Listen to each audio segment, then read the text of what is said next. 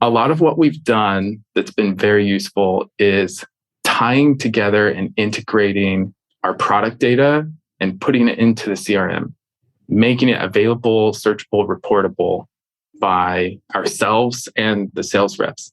Some of the sales reps who are more savvy with tools then have figured out how to really utilize this data.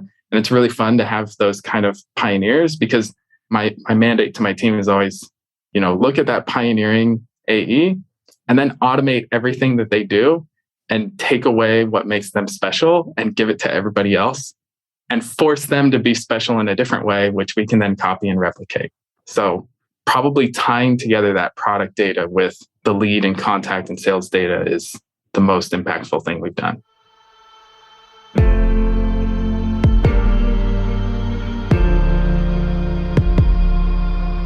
This is Sales Ops Demystified, the number one most downloaded podcast in sales operations.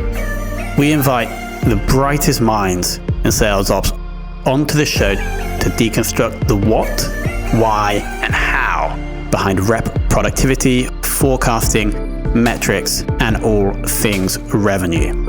This podcast is brought to you by Ebster, a revenue intelligence platform used to identify risk in the pipeline and score customer engagement, and is sponsored by the Global Sales Operations Association and the UK Revenue Operations Network.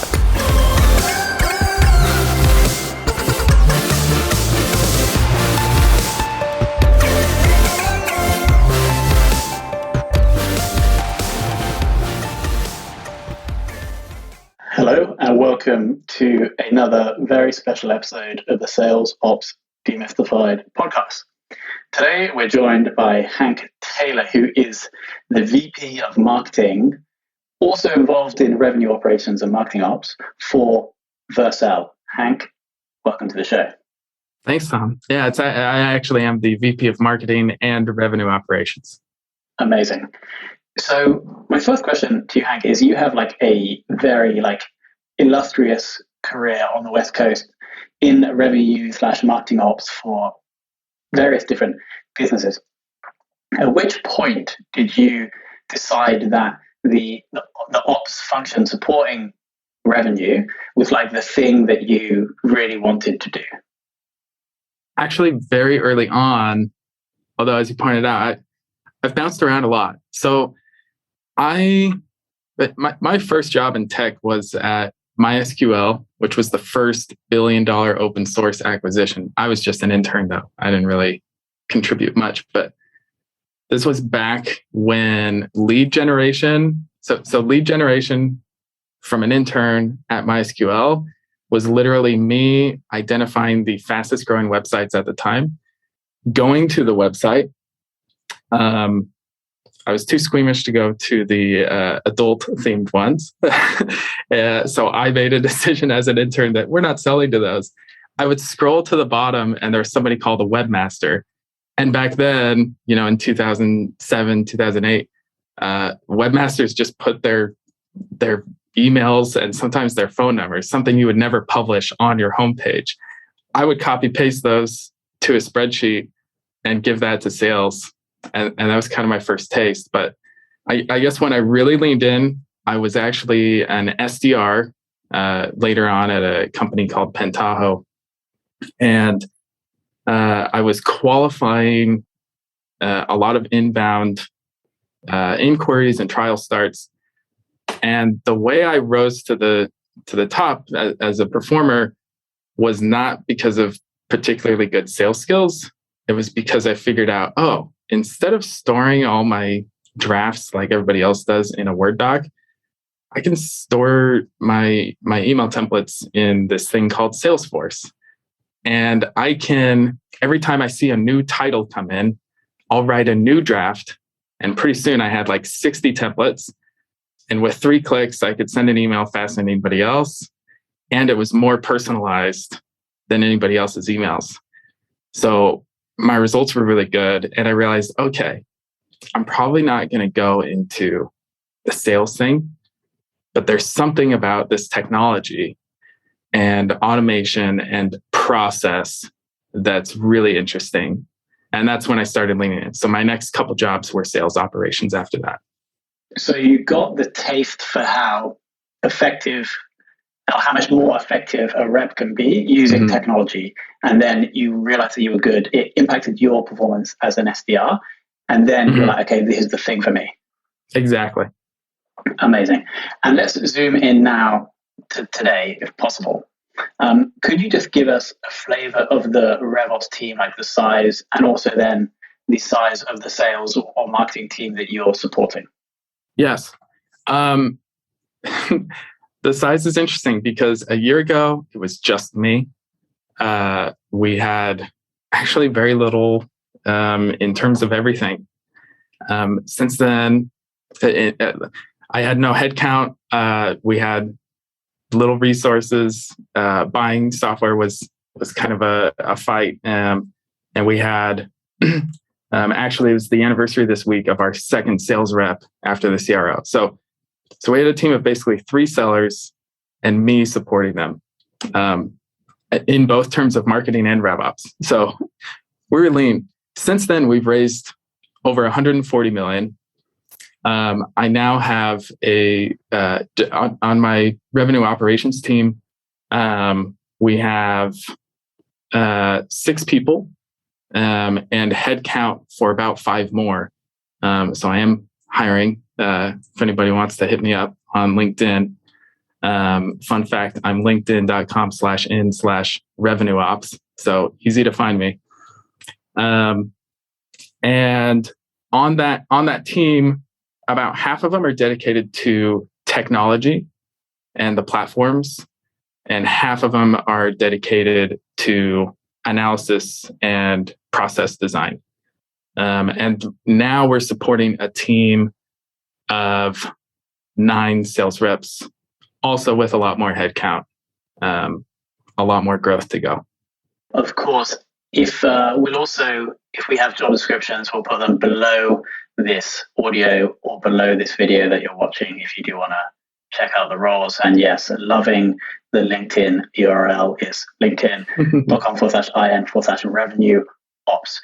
Hank, since you have been growing the revenue operations team over the past year, what do you think has been the most impactful change or initiative the team has made? That's a powerful question. So in today's trends in marketing are around PQLs, right? Product qualified leads. And this is essentially it's, behavior scoring models is kind of one way to think about it. If you go into like the language from a decade ago, how they would talk about this. A lot of what we've done that's been very useful is tying together and integrating our product data and putting it into the CRM, making it available, searchable, reportable by ourselves and the sales reps. Some of the sales reps who are more savvy with tools then have figured out how to really utilize this data. And it's really fun to have those kind of pioneers because my mandate to my team is always, look at that pioneering AE and then automate everything that they do and take away what makes them special and give it to everybody else and force them to be special in a different way, which we can then copy and replicate, So probably tying together that product data with the lead and contact and sales data is the most impactful thing we've done. That is a fascinating way to view process improvement within sales. Find the best performing one, take what they're doing, automate it to give that to democratize that excellence. It's important to do because there's often friction between sales ops or RevOps and sales when the revenue operations team wants to prescribe process and data administration without persuading, selling the value to the salespeople, right? And And especially in young organizations, where it's kind of the wild, wild west. You know, one of my employees has a saying, "No parents, no rules." It's kind of how things are when you're this small and growing this fast. But if you can get the sales team to say, "Oh, we want that process. We do want you to prescribe the process. Tell us how our peer is succeeding," and get that peer as a champion, prop them up, show the rest of the team that, you know, hey, they're winning because of this. Here's like the data to show it. Now here's the technology and process to help you do the same. You don't have to be a Salesforce wizard or whatever to be successful at sales. Like, that's our job, to enable you. It's beautiful. Beautiful. And you summed up like a lot of other themes I've had from other guests, but like in a very eloquent way. Amazing. Hank, thank you for the first half of the interview. We're now going to bring in my wonderful co-host, Alex, to dig a little bit deeper. Thanks, Tom. And thank you. Thanks, Hank. I think I'm still processing some of that, so I haven't turned it into questions quite the way I'd hope. But fascinated by that last piece, and just really wanted to dig a bit deeper. So helpful to think. You know, as you said, process can easily be clunky. It can be unwelcome. It can take a while to work, even if it's all good. And just that way of saying, well, let's take the process that's already been done, even if it's informally, and let's just make it into a process, and particularly to pass on that winning. Like, obviously it helps with effectively the selling it into the team, but also the confidence that it's going to work. And particularly when it comes to driving, it sounds like in this case, you're driving efficiencies, you know, that those reps are doing really well with the data, we're presumably spending a fair bit of their time in the CRM, getting hands-on, figuring out what to do. And so you weren't just adding an extra layer of bureaucracy. You're making things more efficient and taking time. Is that a fair reflection of how that worked?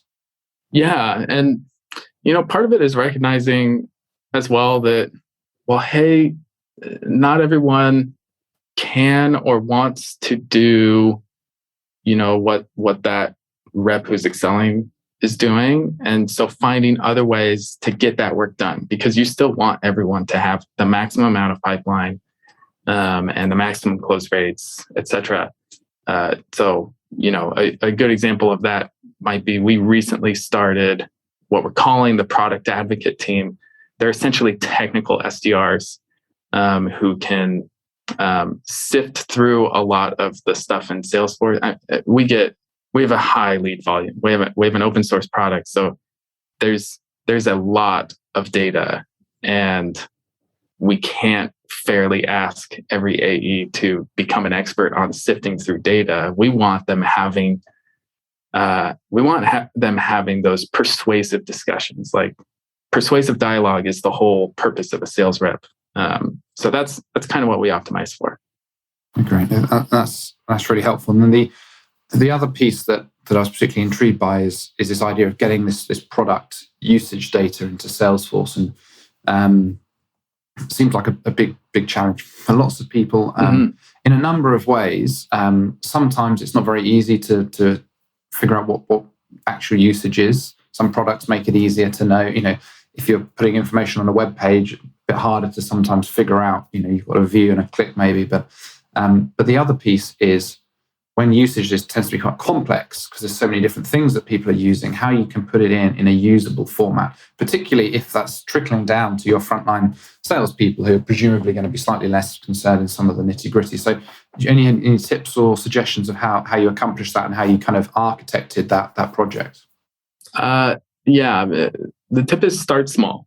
You know, we're still not complete. There's still a lot of types of usage data. Vercel actually has several different products that you can monetize once you're on a paid account, and a ton of other indicating features and actions people can take, and activation metrics. So we focus on the ones that we've intuited are the most impactful, the ones where there are limits that we need to be tracking, you know, so that we can quickly identify without help from engineers as much.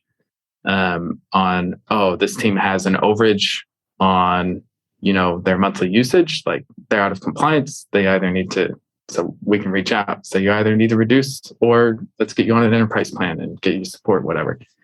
So start small, do one thing at a time, get it right, get the feedback, make the changes. That's my advice there. Great, thanks. And the other thing would be, so in the case of an open source and project where, again, you said, going product led, obviously the importance of usage in the sales process is relatively obvious. What do you sort of oversee in terms of the customer, success side, and how have you got any eyes on sort of retention and growth once you've kind of really rooted into an account using those metrics? Yes, our customer success side is really good.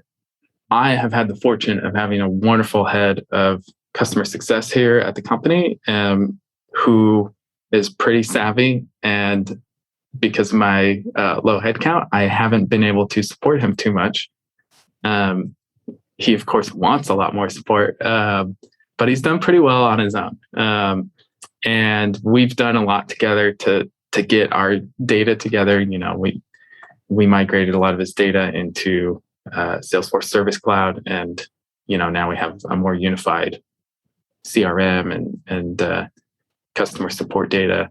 We're also trying out some other tools, but with the data available to them, what's interesting is his team's a technical team. They're engineer. They have to be customer support engineers, so they can use a lot of the more direct paths to discovering data, which has actually given my team clues on, maybe we should get that data in the CRM for the salespeople to see, so that it's not just the CSMs and CSEs bringing that over to the salespeople. And that's helped a little bit. I don't know how well I answered your question there, but no, I think that was good. It's also, obviously every business is going to be unique and specific. And I'm just thinking, in a lot of cases, the usage data is predominantly a CS metric than everything else. And obviously in your case, it's not as valuable the whole way through. But in a lot of cases, and I was just trying to think about that avenue for listeners that are working in businesses where they're not, sign up for a demo, open source, product led in the same way. Let me address that, because Vercel's interesting because we have an open source product called Next.js. That's totally free. That's a coding framework. You write your website in that. Then we have Vercel, and Vercel is how you take code like Next.js and publish it to the internet and collaborate with it, collaborate on it with your teammates. So Vercel has a freemium version too. So we have 2 free products now. We have a self-serve version on our Pro plan, and then we have the enterprise version. So with the free and self-serve versions, we get a lot of that. That's where the usage data is very interesting, even beyond the trial. Even for customers who've been with us a year, if suddenly a startup has a massive spike in traffic, and they're adding tons of team seats, maybe they're like us, where we were humming along low resources, and now we have resources and growth and attention, and we're grabbing it. That's when it's like, oh, okay, let's talk to them. Let's figure out if we can help right size them on plan and make sure they're successful. Hope that adds more color. Yeah, no, really, really helpful. I think it's just obviously key data, and it's often just hard to figure out how to get hold of in a meaningful way. And so, really helpful to understand some of the ways you and the team have been doing that across the whole go-to-market teams, and to really help them make the most of that. Mm. Particularly critical for anything when you need to lead product-led, which goes along a number of lines. So thanks. That was. And interestingly, I also for ABM, which in some ways is the opposite of, PLG, the account-based stuff. Another thing that's, been around forever, but now it's got a fancy acronym. But there are ways to go out in the world and figure out who's using your free products, who's using your open source stuff, and how can we help them?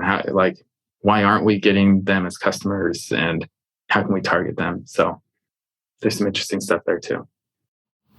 Fascinating. Thank you very much. I think it's time to bring Tom back. Amazing. Thank you, Hank. I have the final and most important question of the interview. Who in the world of revenue or marketing ops would you most like to take for lunch? Someone that I did take for dinner a few years ago and really gave me great advice was Michael Schiff, who did a lot of this type of stuff at MySQL years and years ago, and then later at Heroku. So he's a wonderful guy. I'd say him. Shout out to Michael. Hank, thank you so much. It's been pretty eye-opening to see the RevOps/marketing ops process at a company with such a large volume, I guess, of PQLs. I love the insight about stalking almost what the best rep is doing, automating and then democratizing. I think that's an awesome insight, and I'm sure it's going to add value to the listeners. So thank you so much for coming on. Thank you, Tom and Alex.